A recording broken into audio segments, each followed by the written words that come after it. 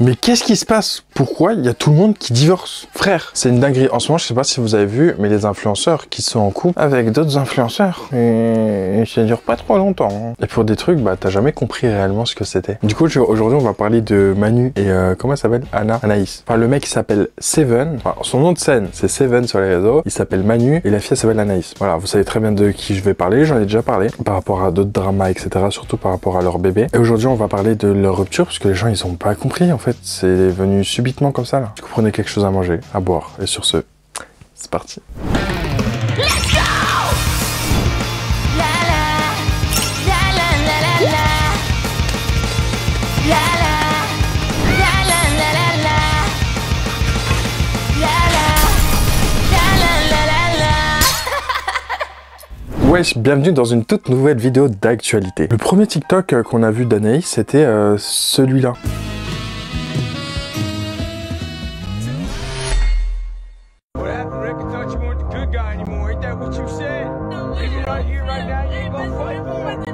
On peut voir en mode ouais elle pleure machin et tout, et surtout le texte. Maman j'ai enfin trouvé le bon. Et après tu la vois pleurer et tout. En mode ça veut dire mais non c'est pas le bon. Et du coup intrigué je vais voir le TikTok du mec, de Manu. Et je tombe sur ce TikTok.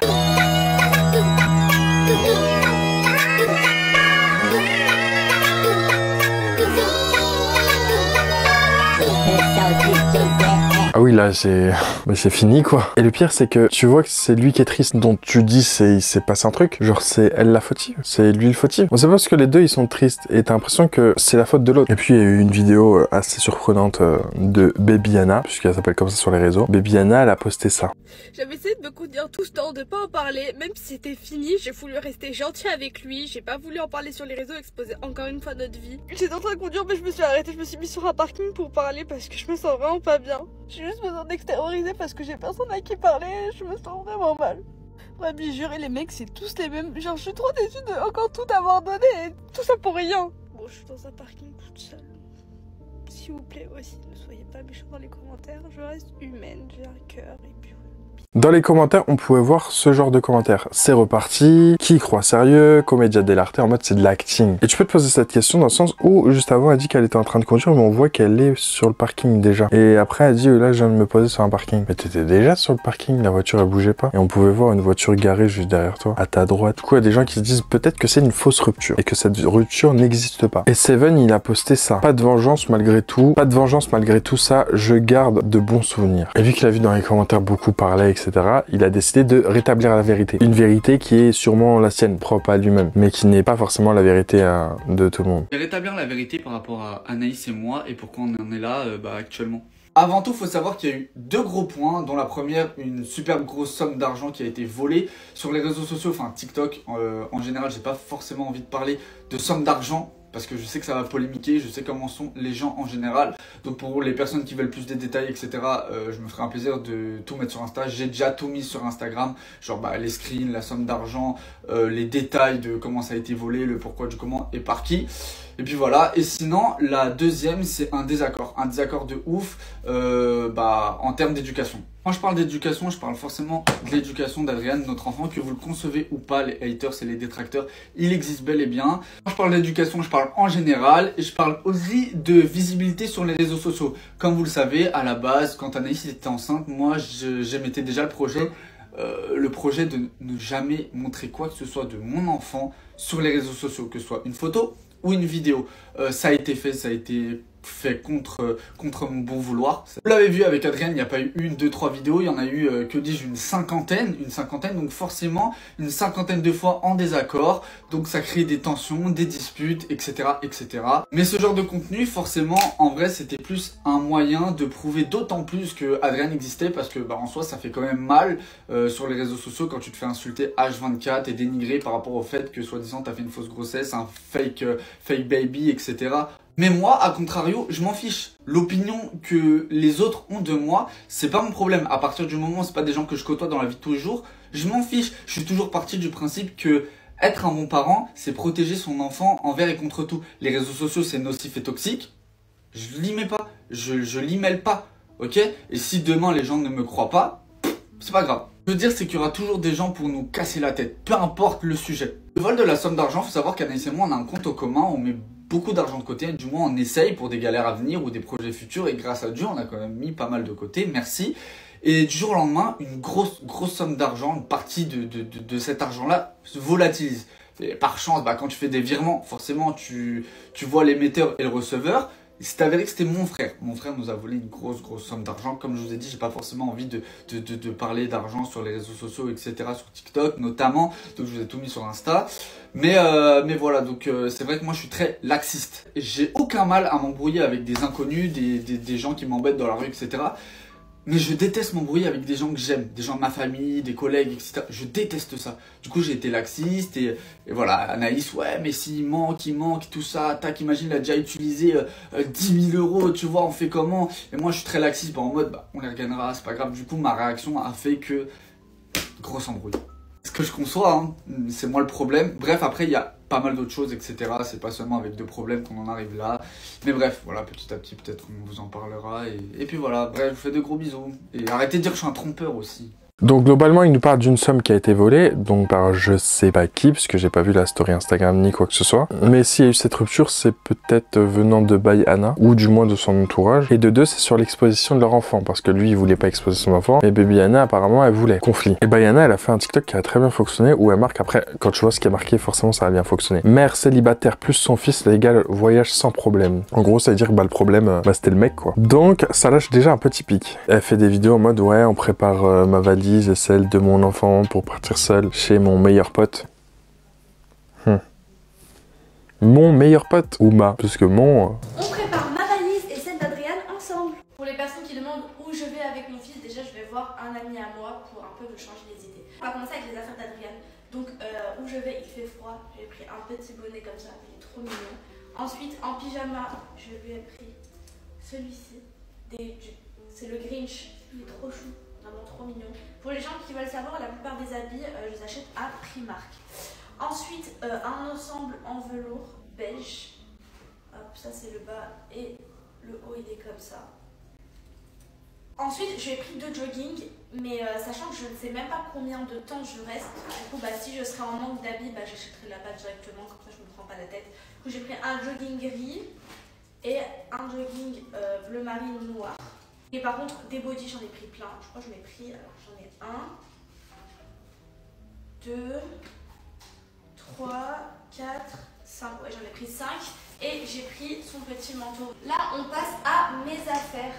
Déjà, juste avant que je vois les folles et les fous venir en commentaire me dire non, mais pourquoi il n'y a que des vêtements et tout? Là, je fais juste les vêtements et hors cam, je ferai tout ce qui est accessoires, même moi, mes produits d'entretien, enfin.